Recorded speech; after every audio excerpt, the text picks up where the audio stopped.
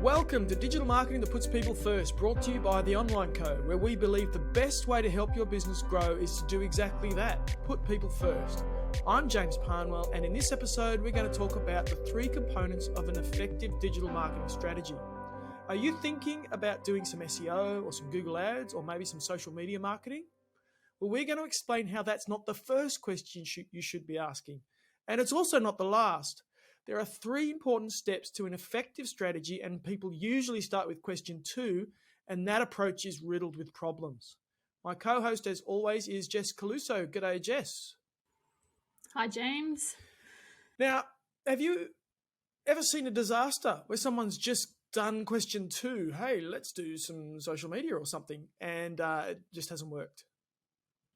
I've seen a lot of those disasters. Yeah. There's one that really comes to mind because it's probably the worst disaster I came across was a few years ago, a client who was running some Facebook ads. So they're running some video ads through Facebook and Facebook's network. So for context, this client, their ideal customer was B2B. So they created a specific type of furniture for a very niche industry. Yep. So it was a super niche type product. These Facebook ads that they were running had a frequency of being shown to users on Facebook of 80. So each person who saw their ad, they saw it 80 times. Ouch. Yeah, and when I spoke to this customer about it, they just said, well, everyone tells me Facebook ads is a good idea, so I thought we should do some Facebook ads. Right. And they went and did them. They didn't stop and consider like sort of anything else. It was just like, I've been told to do Facebook ads, I'm going to do And that's the problem that we want to address, because that campaign wasn't working. Absolutely. And they stopped, and then they...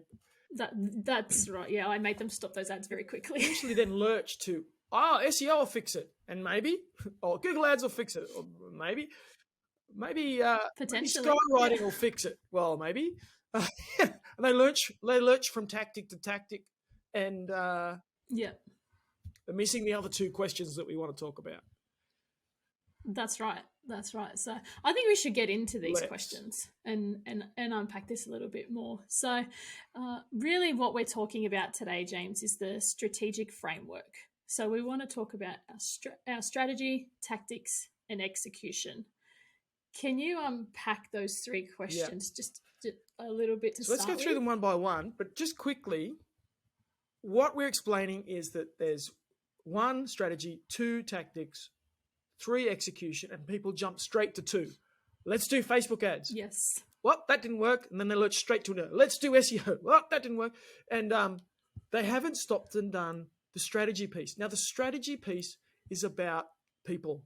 You actually want to throw out the technology and understand your customer. That's the first thing. And it has to be the first part. It has to be first, has to be the first question. Yeah. Yeah. Now, if your friend with a niche B2B furniture application had have looked at their customer more deeply, there's every chance that they wouldn't have considered Facebook ads as a necessary tactic. You're absolutely right. Yeah. Absolutely. So they're asking a tactical question before they're asking a people question. And you've got to remember, the best way to grow your business is by putting people first. This is the truth, right? And marketing is a people business. It's about people in business communicating to people who are customers. And the tactics thing goes, no, technology will fix this. No, it won't. You've got to understand. So you've got to get that strategy piece first. Then the tactics are all the different options.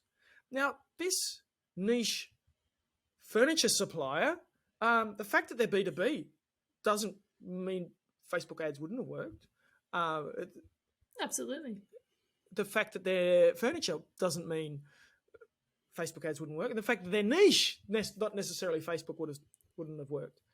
But in this particular case, once analysing the clients, then it was the wrong tactic. But there's only so many ways to do your digital marketing. There's only so many sort of channels out there, or tactics is what we say.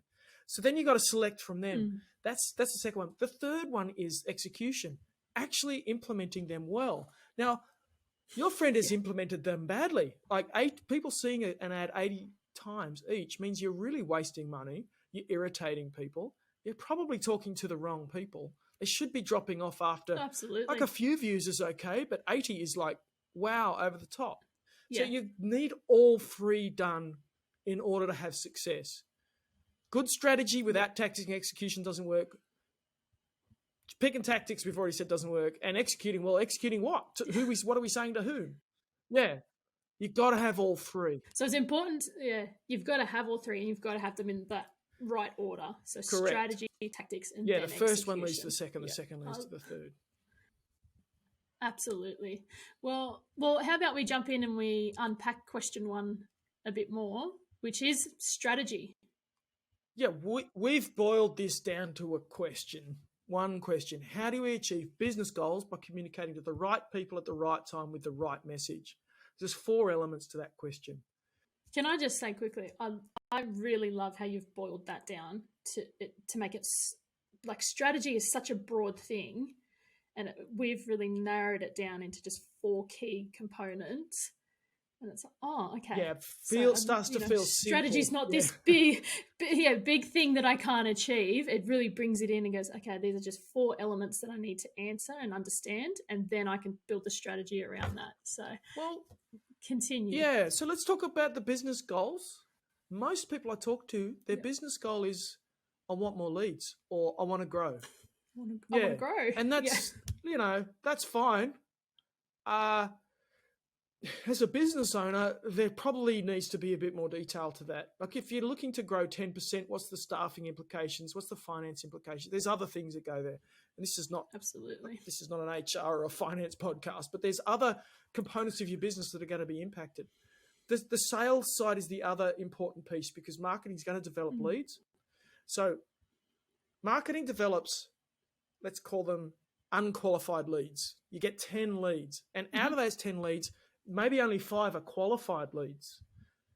Now, some people are shocked at that. They go, oh, hang on, I'm going to get 10 leads that all want to do business with. Well, no, because you get marketing will attract some of the wrong people. There's no way to perfect that. You hone your message to try and minimize it, but you're not getting that to 0. So out of then your 5 qualified leads, you're then going to convert some of those into sales. So what you need to know is how many leads convert qualified, how many qualified convert to sales, and then you can figure out how many leads I need in order to grow my business by 10%. That's just some maths. 9 out of 10 people I speak to don't do that. So if you're listening to this and you want to be in the top 10%, there you go. That's the thing you need to do. Business goals. The second one is the right people. Now, in last month's podcast, we spent a lot of time talking about how to identify your customer. There was 6 stages to that. There's 6 points. We started with the story theory. We applied that story theory to business. We gave you a really clear example of one of our clients. Then we showed you how to choose an actual customer to create a persona, which was number 5.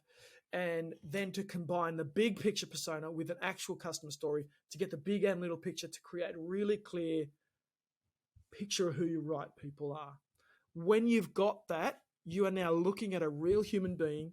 You understand their needs, their pain, what's going on in their life, how you're solving their problems, and how you're really helping them.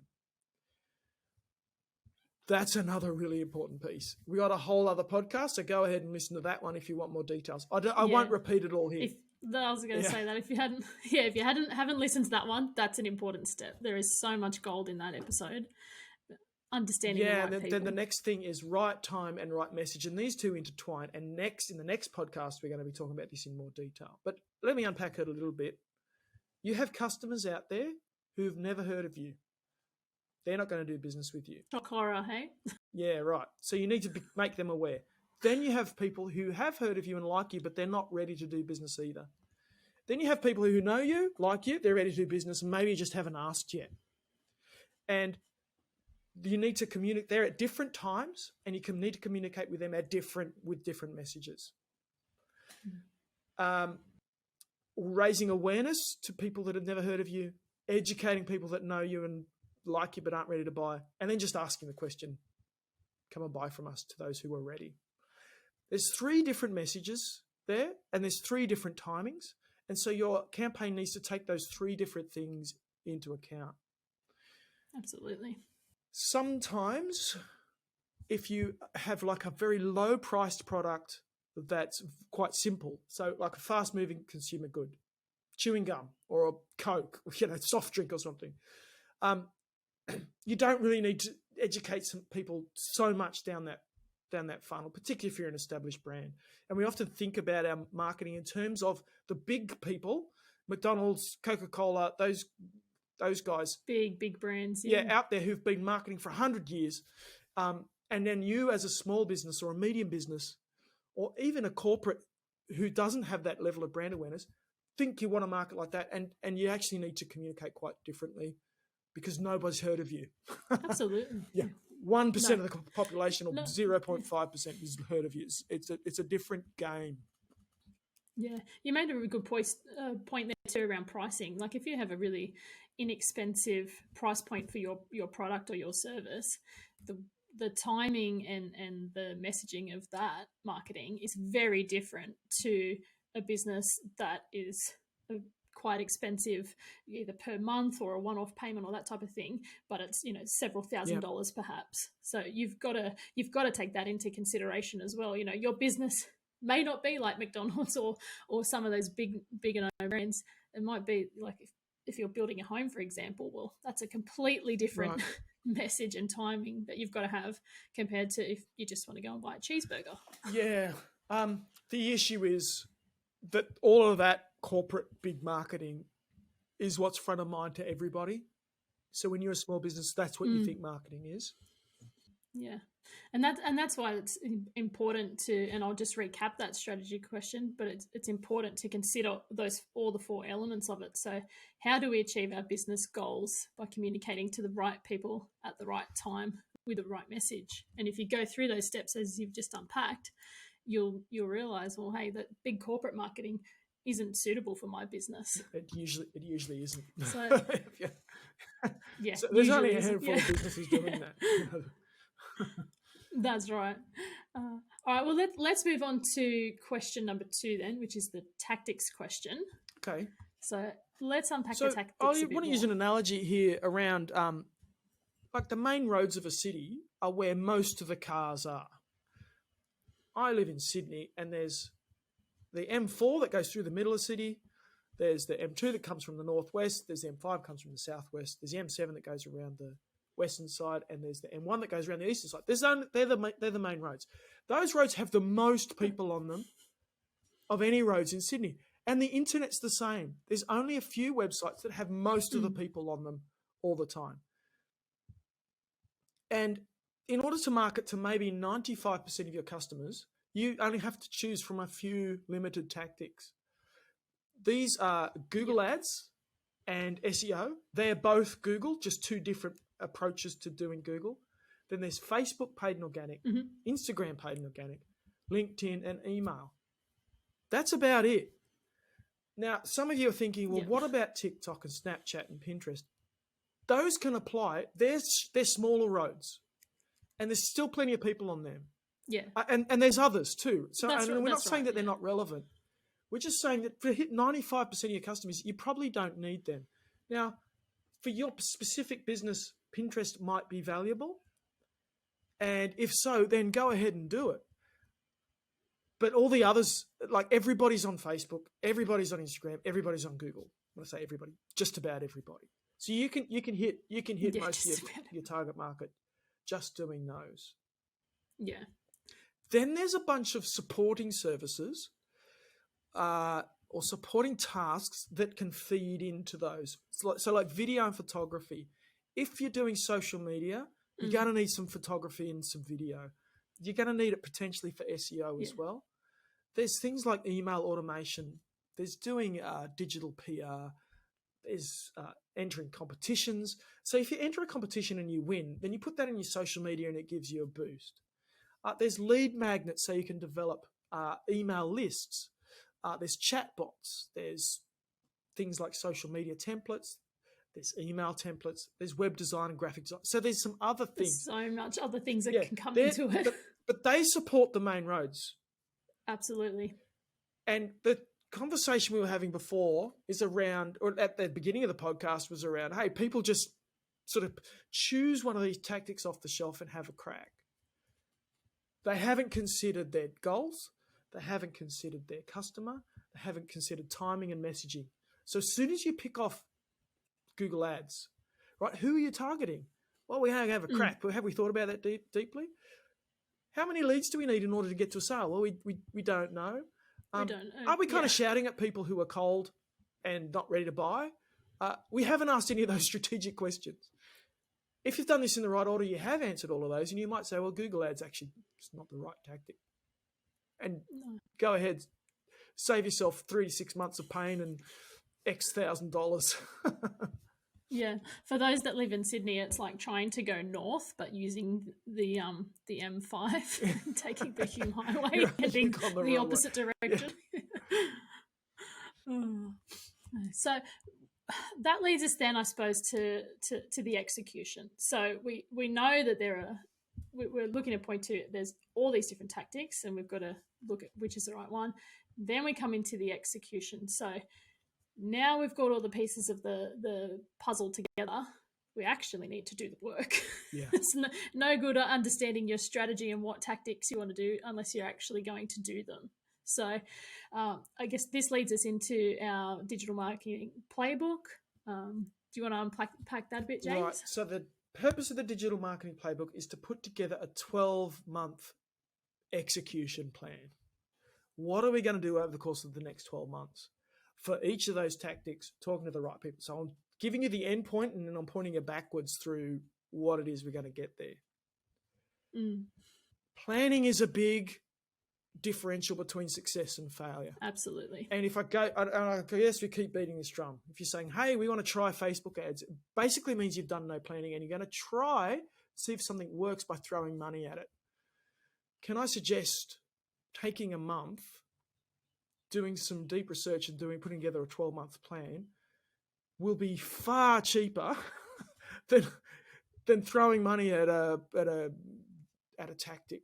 You'll save money, but you'll save time as well. That's right, and you're also going to learn a lot more. By taking a month to properly plan and strategize, you're going to learn a heck of a lot more than what you would at just throwing money at, say, Facebook ads or Google ads and what information that data is going to give back to you. Because the data is probably not going to be helpful anyway. Yeah. Because you haven't done any planning. Yeah, that's right. So the plan's got to have a few elements. The first element is a voice. How is it that you are going to sound in the market that's different to everybody else, that's unique to you?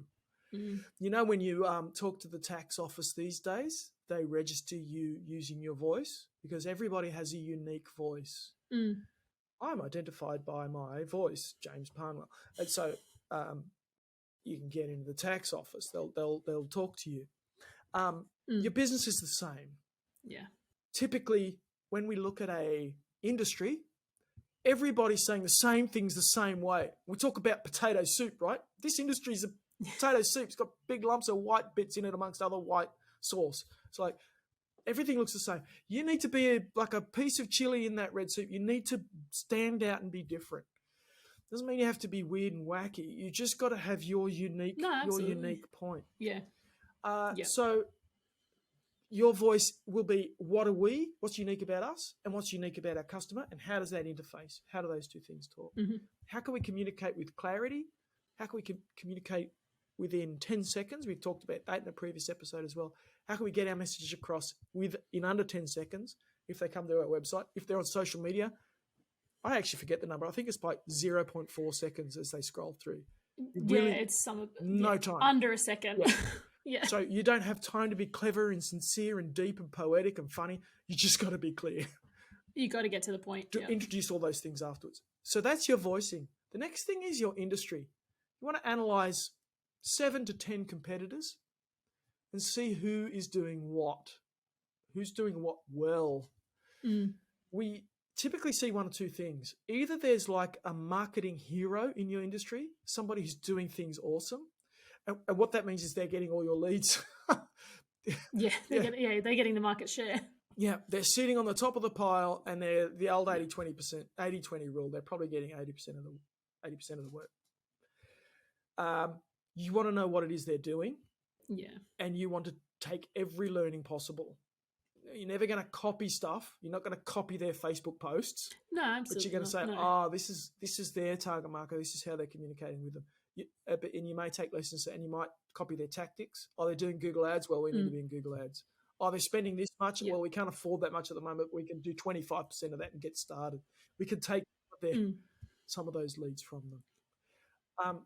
That's the first thing. You see a hero. The other thing is there's kind of not a lot happening. There's all this blue sky opportunity. And then you can jump in and say, right, we're going to rank number one for all the terms in Google because nobody's bothered.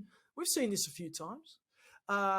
Or there's kind of no thought leader in this space. So we can jump in that piece ourselves. It's usually one of those two. Sometimes it's just a mass of people all sort of equally vying. And then you want to know who's doing what in that space and get ahead of the pack. Then you wanted to have an SEO strategy for a year. You want a Google Ads strategy for a year. You want a Facebook strategy for a year. You want an Instagram, LinkedIn, email strategy for a year. Now, what that means is you know where you're doing which activities, how much work is involved, what success looks like, and how that's going to roll out. And you've got a year in place. Now, a year is about the right sort of time to figure out what's working and what's not. In truth, there's some activities you wouldn't want to do for a year if they're not working.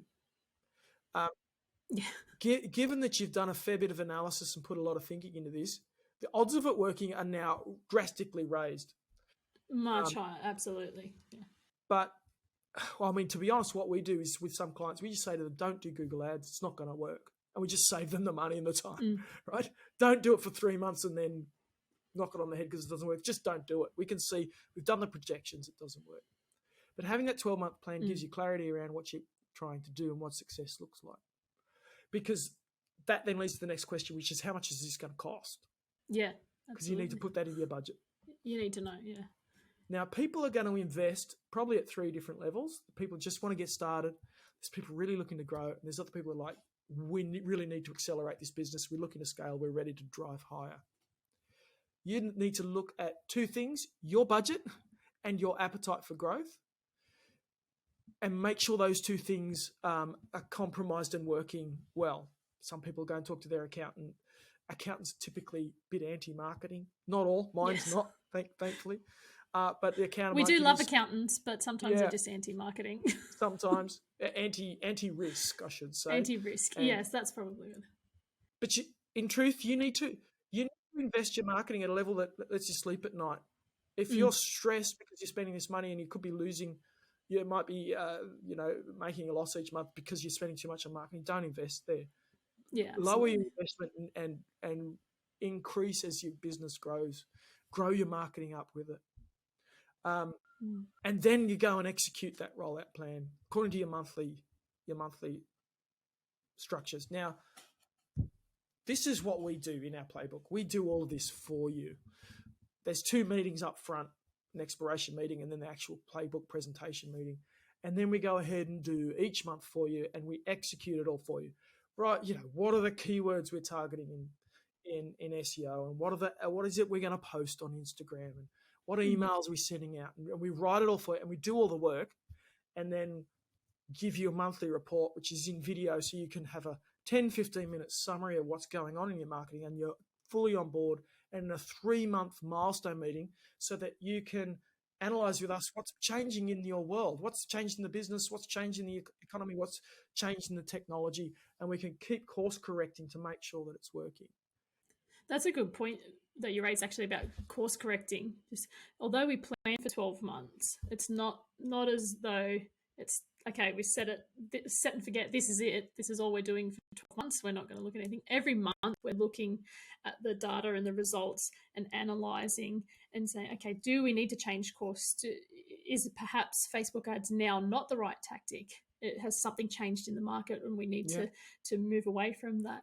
And then as you mentioned, the quarterly meeting as well is sort of another good sort of point in time where we're looking at the last 3 months, what has happened, and then making sure that what we had planned initially for the next 3 months is still the right thing to do. So if you feel like that would be helpful, feel free to jump on our website. Just type in TheOnlineCo into Google and click the red button to have a quick chat, and we'll have a quick chat. Be lovely. And then we can get started on that playbook process.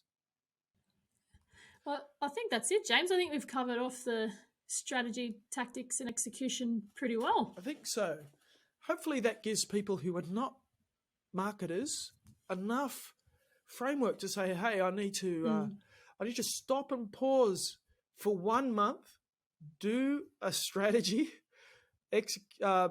tactics and execution. I need to get those 3 bits and then roll it out consistently and professionally and successfully, more importantly. Yeah. Okay, well, this episode of Digital Marketing That Puts People First was brought to you by TheOnlineCo. Production and music by Harry Parnwell, and you can find us at theonlineco.net. If you found this helpful, or you know someone who you think it might help, please feel free to share it with them. We'd love you to click subscribe and leave us a review. Take care, guys.